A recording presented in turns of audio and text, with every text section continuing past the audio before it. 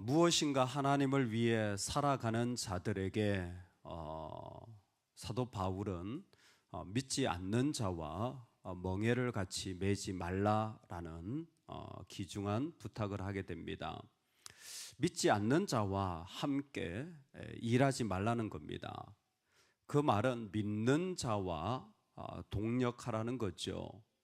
그래서 믿음의 가정, 또 믿음의 사람들과 함께 걸어가는 것이 얼마나 중요한 일인지 모릅니다. 문제는 믿는 자를 어떻게 구별하냐라는 것입니다. 믿는 자는 교회 다니는 사람입니까? 예, 표면적으로는 그렇습니다. 그런데 같이 일해 보면 믿는 자 맞아? 라고 생각드는 때가 정말 많은 것 같습니다. 같이 살아보면 믿는 사람 맞아? 라는 깜짝 놀랄 만한 일들을 경험하게 되어지죠. 믿는다고 했는데 이게 믿는 것 맞아? 라는 느낌을 받을 때 정말 당황스럽게 그지없습니다. 그래서 어떤 분들은 차라리 믿음은 없어도 성격이 좋으면 서로 잘 살더라, 이런 얘기까지 합니다. 왜? 믿음으로 같이 하는 것을 사실 구별하거나 경험하는 게 쉽지 않기 때문입니다. 믿음으로 연합한다라는 것을 분명하게 하나 알 수 있습니다. 믿음으로 연합한다라는 것은 그 사람이 성령을 의지한다라는 거예요. 그 사람이 성령을 의지한다라는 겁니다. 그러면 그 사람이 성령을 의지 안 하는 사람도 있습니까? 교회 다니는 사람들이 이 정도는 다 짬밥이 있어서 압니다. 그 사람이 성령을 의지 안 하는 사람도 있습니까? 다 성령 의지한다 그랬지? 예, 성령을 의지한다면 하나님이 자신보다 크다고 고백한다는 거예요. 즉 자신이 작아질 수 있는 사람이 믿는 사람이라는 겁니다. 성령을 의지한다면 자신이 작아질 수 있어요. 어디까지 작아질 수 있는 줄 아세요? 진짜 그 사람이 믿는 자라면 어디까지 작아질 수 있냐면 죽음까지 작아질 수 있다라는 거예요. 그 모습을 보여준 게 예수님이십니다. 예수님이 십자가에서 죽으시는 자리는 다른 것이 아니라 바로 믿는 자의 모습을 보여준 거예요. 오늘 예수님이 길과 진리와 생명으로 우리에게 오실 때 이것을 이루도록, 이 자리를 이루도록 우리에게 허락하신 게 파라클레토스, 보혜사입니다. 돕는 자, 지지하는 자, 함께하는 자를 우리 가운데 보내준 거예요. 그러면 우리 가운데 당연히 예수님을 믿는다고 한다면 보혜사라는 돕는 자가 그 가운데 분명히 있다라는 것입니다. 이 보혜사의 역할이 무엇이냐면 우리로 하여금 너보다 더 크신 분이 있어. 이건 예수님의 고백입니다. 아버지가 나보다 더 크시다. 예수님의 신성은 성부의 신성과 차이가 없어요. 신성의 크기에 차이가 없습니다. 그 영광과 위엄이, 권능이 똑같으세요. 근데 예수님이 왜 이 고백을 하게 하십니까? 성령을 통하여 완전한 순종을 이루도록 하기 위하여서 아버지가 나를 버리신 거예요. 십자가는 그겁니다. 아버지가 나를 버리시고 등을 돌리는 극한의 자리에 있지만 그 가운데 철저한 아버지를 향한 신뢰, 아버지가 나보다 더 크시다는 고백을 이룬 자리가 십자가예요. 그러니까 믿는다고 한다면요, 성령을 의지한다고 한다면 그 사람의 모습은 이겁니다. 아무리 나를 버려도, 아무리 내가 버림받아도 내가 이런 대접받고 사나? 이런 말을 할 수가 없어요. 이런 말을 할 수가 없어요. 오히려 철저히 더 작아져서, 철저히 더 죽음에 이르러서 순종하려고 하는 거예요. 할렐루야. 여러분, 이게 우리에게 부어주신 성령의 역할입니다. 성령은 지금도 예수 그리스도와 동력하고 계시는 거예요. 그것을 오늘 말씀에 내 이름으로 보내실 성령이라고 표현한 겁니다. 예수님의 이름이라는 것은 예수님과 성령이 함께 공유하고 함께 동력하고 예수님의 사역이 성령님의 사역이 되어진 것을 말하는 것이 내 이름으로라는 표현입니다. 즉 성령은 단순히 그냥 무엇인가를 대신하는 자 정도가 아니라 완전한 예수님과의 공유를 일으킨다라는 겁니다. 자, 그러면 성령이 오늘 우리에게 와서 어떤 역할을 하시는지 예수님은 이 부분을 분명하게 얘기해 주셨어요. 1차적으로 성령의 사역이 무엇이냐면 가르치신다는 거예요. 내 이름으로 보내실 성령 그가 너희에게 모든 것을 가르치고. 놀랍죠? 오늘날 성령하면 분위기입니다. 오늘날 성령하면 감정이에요. 오늘날 성령하면 전부 그 느낌입니다. 성령하면 불받아야 되고, 성령하면 뜨거워야 되고, 성령하면 뭔가 감정적으로 동요돼야 되는데, 성경에서 말하는 성령은요, 첫 번째가 뭐냐면 가르치는 것입니다. 성령은 가르치는 거예요. 즉 내가 믿는다고 한다면 그 안에 하나님으로부터 가르침이 계속 일어나는 것입니다. 그 안에 하나님으로부터 온 것들이 그 안에 이루어지는 거예요. 고린도 교회를 세울 때 첫 번째로 구별한 게 세상으로부터 온 영을 받는 사람과 하나님으로부터 온 영을 받는 사람들을 분별하라. 하나님으로부터 온 영, 성령이죠. 하나님으로부터 온 영을 받는 사람들, 그 사람들은 어떻게 구별이 되어집니까? 성령으로 사는 사람은 성령의 이야기를 하는 거예요. 즉 하나님으로부터 왔다고 한다면 그 자리에 뭐가 남겨집니까? 오직 한 가지예요. 예수 그리스도만 남겨지는 것입니다. 성령으로 온 자에게 남겨지는 것은 오직 한 가지밖에 없어요. 예수 그리스도만 남겨지는 것입니다. 그래서 성령의 사역은 우리로 하여금 예수 그리스도가 걸어가셨던 그 고통과 어려움의 자리, 그 십자가까지도 기꺼이 걸어가도록 허락해 주시는 거예요.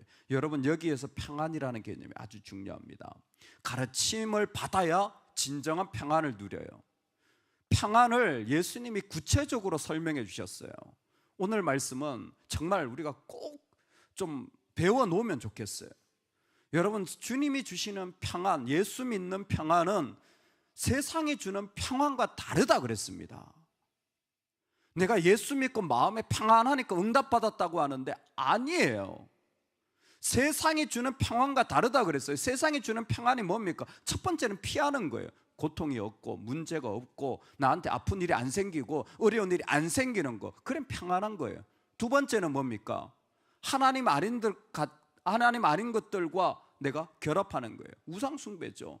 복잡하게 생각할 거 없어요. 일 잘 되면 평안하고요, 취직되면 평안하고요, 돈 생기면 평안한 거예요.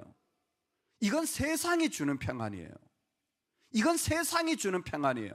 이런 평안은 교회의 평안이 아니에요. 이건 예수님의 평안이 아니에요.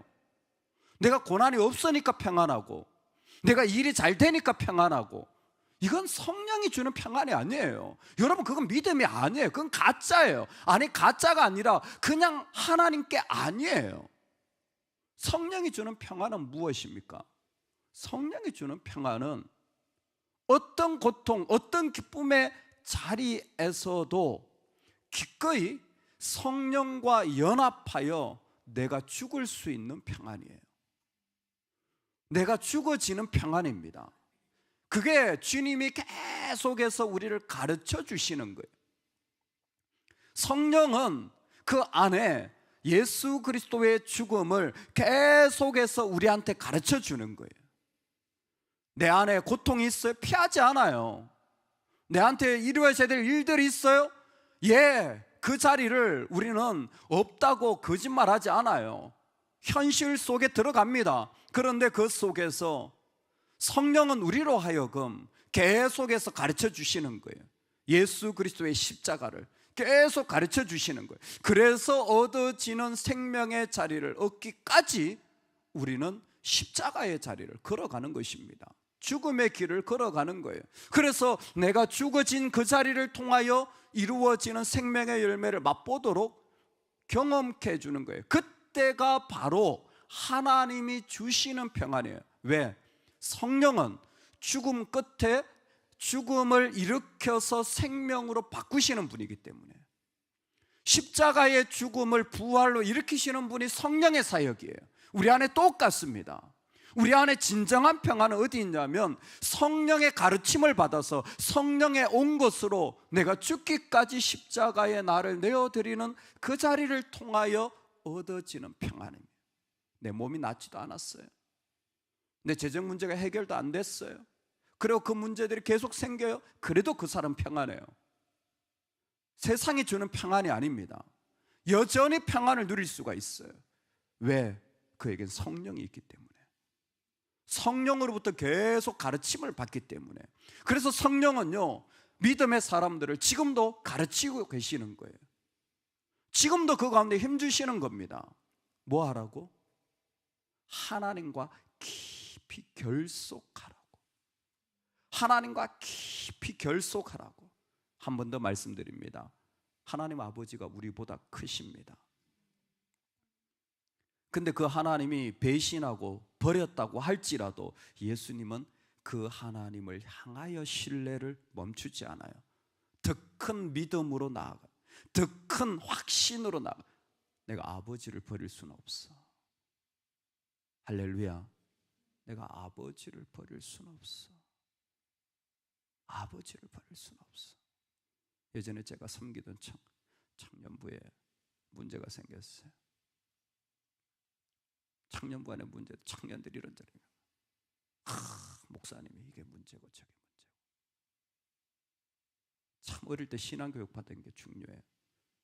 저한테 목사님은 영적인 아버지야. 아무리 그래도 난 아버지는 못 버리겠다. 아무리 그래도 난 아버지 욕은 못하겠다. 내 눈에도 보이고 맞는데 가슴은 아프지만 어떻게 내가 아버지를 욕하겠니? 난 그 짓은 못하겠다. 여러분, 인간도요, 너무나 고마운 분, 영적인 아버지를 향해서, 내 육신의 아버지를 향해서요, 배신은 못 땡겨요. 맞아요, 잘못한 거. 근데 욕은 못해요. 어떻게 그럴 수가 있습니까? 어떻게 아버지를 욕해요? 그건 아니지. 근데 하나님을 향해서 어떻습니까? 말할 것도 없죠. 말할 것도 없죠.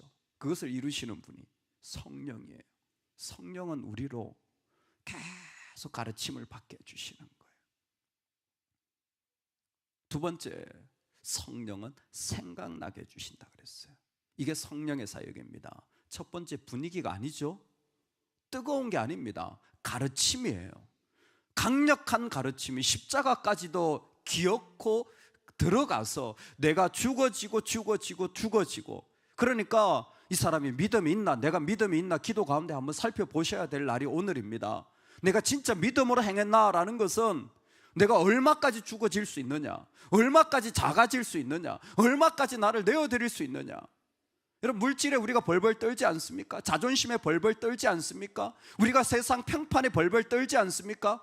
내 나이에 벌벌 떨지 않습니까? 어디까지 죽어질 수 있나? 두 번째는 뭐냐면 예수님이 말씀하셨어요. 생각나게 하시는 거예요. 여기에 생각난다는 거, 기억한다라는 겁니다. 여러분, 구약의 말씀을 계속 읽다 보면요, 끊임없이 여호와를 기억하라라는 말씀이 반복되어져요. 이 기억하라는 말씀이 신약의 믿음이라는 말과 똑같습니다. 그런데 여기 요한복음에서 기억하라, 생각나게 하신다라는 이 표현은 로고스로 오신 주님이 생명의 빛을 발하시는 걸 말해요. 결론이 뭐냐면 진리입니다. 말씀을 그 가운데 비추는 거예요. 즉, 생각나게 한다라는 것은 이 땅 가운데서 진리의 빛을 비춰서, 말씀의 빛을 비춰서 이 땅의 어둠을 이기게 해 나간다는 겁니다. 교회가 어떻게 생겼습니까? 말씀의 빛이 비춰서 교회가 생겨 나가는 거예요. 이 땅의 어둠을 어떻게 이깁니까? 이 진리의 빛을 비춰서 이 땅의 모든 어둠들을 이기게 해 나가는 거예요. 그러니까 예수 그리스도를 통하여 성령이 오실 때 그 사람 안에는 뭐가 빛나기 시작하냐면 말씀 말씀이 빛나고 말씀이 힘을 얻고 말씀이 그 가운데 흥황하여서 그 말씀이 그의 모든 상황들을 집어삼키고 말씀이 그 가운데 일어나는 어떤 일들도 충분히 이길 만한 능력이 되어서 어떤 어둠과 어떤 아픔이 있는데도 성령이 그를 도우시는 그 진리의 빛이 그 가운데 환하게 비춰지는 거예요. 한 사람은 완전히 염려하고 앉아 있는데 한 사람은 그 가운데 힘을 얻고 있어요. 차이가 뭡니까? 성령이에요. 성령이 무슨 역할을 했습니까? 그 마음에 말씀에 대한 확신을 줘서 빛을 비춰주게 하는 거예요. 여러분, 성령의 사람입니까? 부부가 앉아 있는데 성령의 나눔을 하고 있습니까? 아니면 둘이 계속 염려를 나누고 있습니까?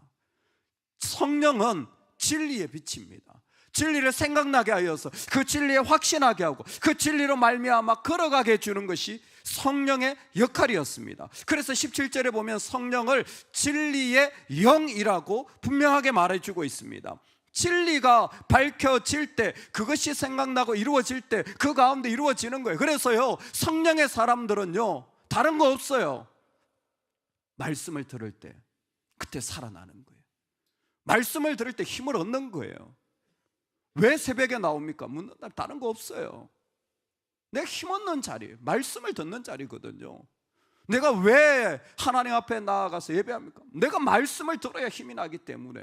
왜? 성령의 빛이 그 가운데 일어나는 거죠. 그런데 그것이 삶의 자리에서도 계속해서 성령의 힘으로 일어나는 거예요. 여러분, 우리가 안 믿는 사람을 만날 때요 좋은 거 다른 거 없잖아요. 내 안에 주신 성령의 능력으로 말씀의 빛을 비추면, 야, 내가 말씀을 들었는데 나한테 하나님 이런 확신을 주셨는데, 나한테 이런 은혜를 주셨는데, 하나님 나한테 이렇게 도전하셨는데, 그 놀라운 진리만 비추면 어둠은 어떤 자리에서도 물러가게 되는 줄로 믿습니다. 그러니 두려워할 필요가 없죠. 그래서 평안은요 두려움을 뛰어넘은 또 다른 차원의 하나님의 선물입니다. 평안을 너희에게 끼치노니 곧 나의 평안을 너희에게 주노라. 그러고 보면 평안은요 선물이에요. 선물. 성령의 사람들에게 살아올 때 자연스럽게 이루어지는 선물입니다. 이런 부분을 말로 하니까 점점 더 복잡해지는 것 같아요. 살면 간단하게 평안이 있는데, 성령으로 살면 그냥 그 사람 안에 평안이 있는데, 이거 뭐 말할 필요가 없는데, 왜? 이미 성령으로 그 사람은 분명히 십자가를 통과하였고 생명을 누리고 있고, 그 가운데 해피하거나 뭔가 일이 이루어져서 평안한 정도의 삶이 아니라 그 가운데 진리로 빛을 비췄기 때문에 말씀의 흥황함을 경험하고 있기 때문에 다른 어떤 두려움이 없는 온전한 평안을 이미 그의 안에는 이미 누리고 있는 거예요. 나의 평안을 너희에게 주노라. 여러분, 이 모든 것이 어떻게 일어납니까?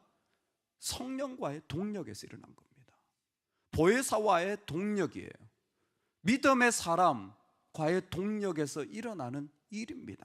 처음 만나도요 믿음의 사람과 동력하면요 이와 같은 평안함, 어떤 어려움에 와도 두렵지 않아요. 믿음의 사랑과 동력하면 더 깊은 동력이 이루어질 수 있습니다. 왜요? 성령이 그 가운데 이 역사를 이루시기 때문에. 실제로 우리 가운데 얼마나 많이 일어나는 일들입니까? 그리고 하나님이 부어주시는 이 은혜로 말미암아 그 길을 걸어가게 해주시잖아요. 우리 한 절만 마지막으로 읽고 말씀을 마치겠습니다. 28절입니다. 내가 갔다가 너희에게로 온다 하는 말을 너희가 들었나니 나를 사랑하였더라면 내가 아버지께로 감을 기뻐하였으리라. 아버지는 나보다 크심이라. 아멘. 저는 이게 결론이라고 생각합니다. 성령을 소개하며 아버지가 나보다 크시다고 고백하는 예수님, 그 권능과 영광에 하나도 다르지 않으신 분이 이와 같은 고백을 할 때는 아버지를 향한 철저한 신뢰와 믿음으로 나아갔기 때문이에요. 여러분, 내 문제보다 하나님이 크십니다. 내 고통보다 하나님이 크십니다. 하나님이 크시다면 분명히 그 자리도 주님이 다스리고 계실 줄로 믿습니다. 나한테 어떤 아픔이 있다고 할지라도 주님이 분명히 그 자리에 다스리셔서 아버지가 더 크시고, 그래서 내가 그 자리를 떠난다고 할지라도 얘들아, 내 분리를 염려하지 마라. 지금 있는 없는 것을 염려하지 마라. 지금 안 된 것을 두려워하지 마라. 지금 무언가 낙담되어 가지고 아무것도 길이 안 보이는 것을 염려하지 마라. 하나님이 너희보다 크시다.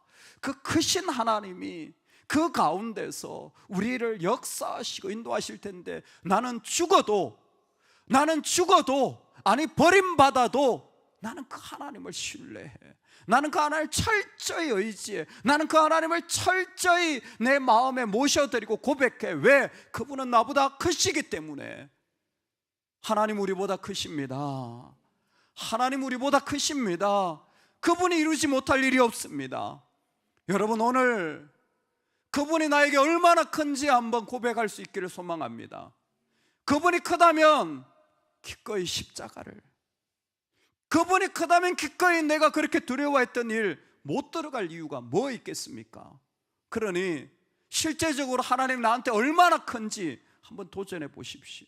하나님이 정말 나한테 얼마나 크신 분인지, 내가 어디까지 십자가를 질 수 있는지, 내가 어디까지 죽을 수 있는지, 그 하나님의 크심 앞에서 고백할 수 있기를 간절히 소망합니다. 아멘. 우리 같이 한번 기도하겠습니다.